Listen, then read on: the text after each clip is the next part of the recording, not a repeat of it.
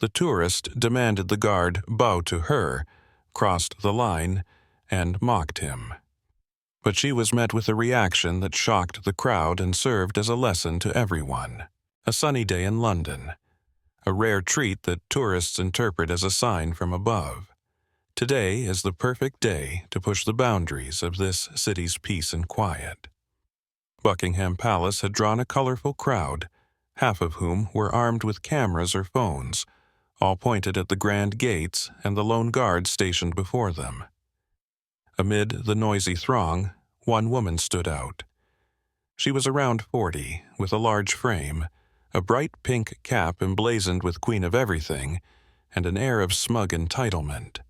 This was Karen. Her voice already drowned out the others, as if she were leading a tour no one had signed up for. Wearing a stretched-out t-shirt with a travel agency logo and old leggings, Karen moved with the confidence of someone who believed the world should bend to her whims. In one hand, she clutched a fancy-looking camera, expensive, like her habit of boasting, and in the other a bright orange drink from a nearby cafe. Karen's gaze landed on the guard.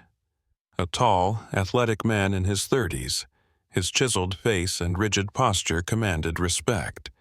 His red uniform gleamed in the sunlight, and the towering bearskin hat made him look like a figure straight out of a historical painting.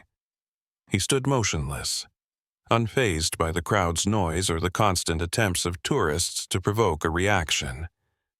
To Karen, however, he was nothing more than a photo prop. "Hey, you! Look over here!" she called out, her voice loud and almost commanding. The guard didn't flinch. Karen's irritation began to rise. In her mind, this was a challenge. How dare some soldier ignore her, the self-proclaimed Queen of Everything? With a determined stride, she plowed through the crowd until she was nearly nose to nose with him.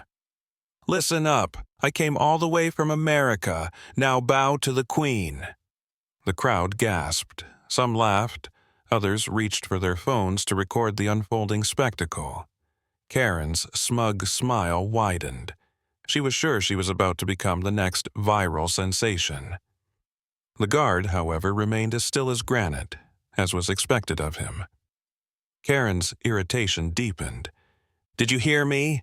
I said, bow!" Her voice grew louder, drawing even more attention. Laughter rippled through the crowd, and someone muttered under their breath, "What a disgrace." Seeing that her antics weren't getting the reaction she wanted, Karen decided to up the theatrics. She took several steps back, flung her arms out dramatically as if about to perform a curtsy, and shouted, "Well, can't you see? The Queen demands an answer." Her exaggerated gesture was so absurd that several tourists burst out laughing. Some recorded her, while others turned away, cringing at the second-hand embarrassment. But Karen wasn't deterred. She straightened up, fished a few coins out of her pocket, and tossed them at the guard's feet with a mocking smirk. "Here's a tip for you, sweetheart. Bow and take it." The coins clinked against the pavement, but the guard didn't move an inch. He stood as still as ever, as if the coins didn't even exist. His silence seemed to say, "I'm above this. Your pettiness isn't worth acknowledging."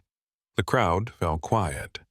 Some kept filming, hoping for more drama, while others began murmuring disapproval. A young British couple nearby voiced their frustration aloud. "This is absolutely disgusting. They think respect can be bought with a few coins?" Karen's grin only widened as she soaked in the attention. Her smug expression seemed to scream, "See?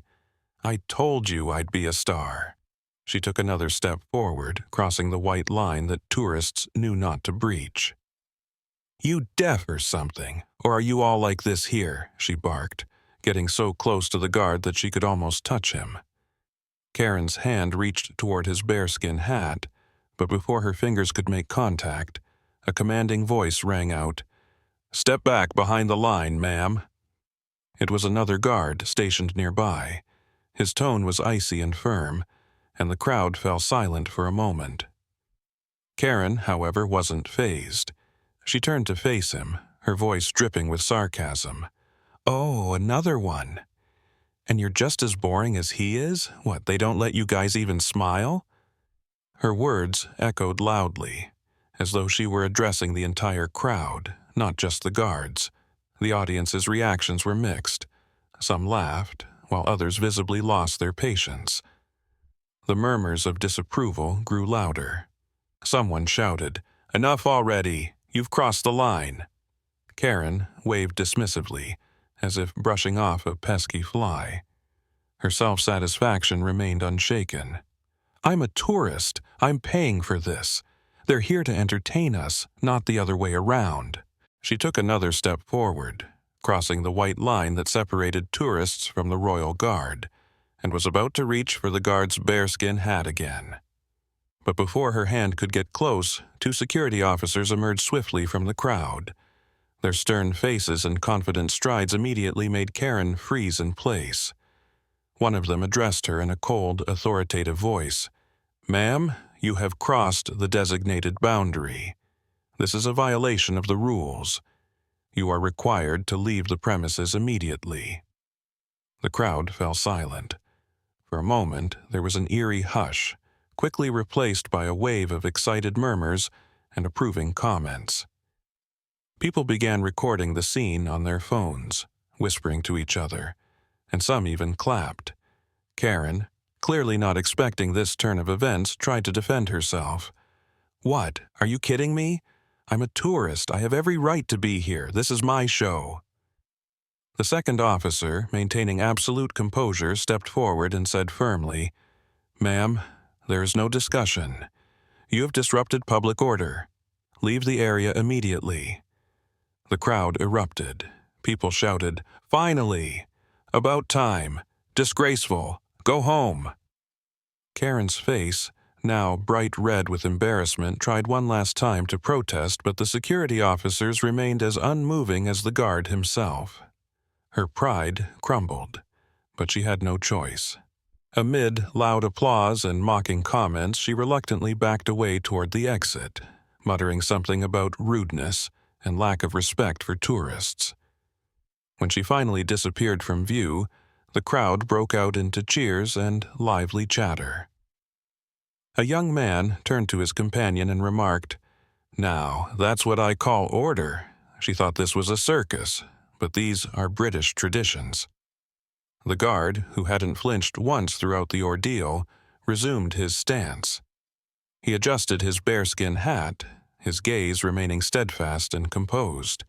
His entire presence exuded a dignity that couldn't be shaken, not even by the boldest of provocations. And the onlookers left with a renewed understanding. Honor and discipline have their defenders, who won't let modern chaos destroy them. Karen's hand reached toward his bearskin hat, but before her fingers could make contact, a commanding voice rang out, "Step back behind the line, ma'am." It was another guard, stationed nearby. His tone was icy and firm, and the crowd fell silent for a moment. Karen, however, wasn't fazed. She turned to face him, her voice dripping with sarcasm. "Oh, another one. And you're just as boring as he is? What, they don't let you guys even smile?" Her words echoed loudly, as though she were addressing the entire crowd, not just the guards. The audience's reactions were mixed. Some laughed, while others visibly lost their patience. The murmurs of disapproval grew louder. Someone shouted, "Enough already! You've crossed the line!" Karen waved dismissively as if brushing off a pesky fly. Her self-satisfaction remained unshaken. "I'm a tourist. I'm paying for this. They're here to entertain us, not the other way around."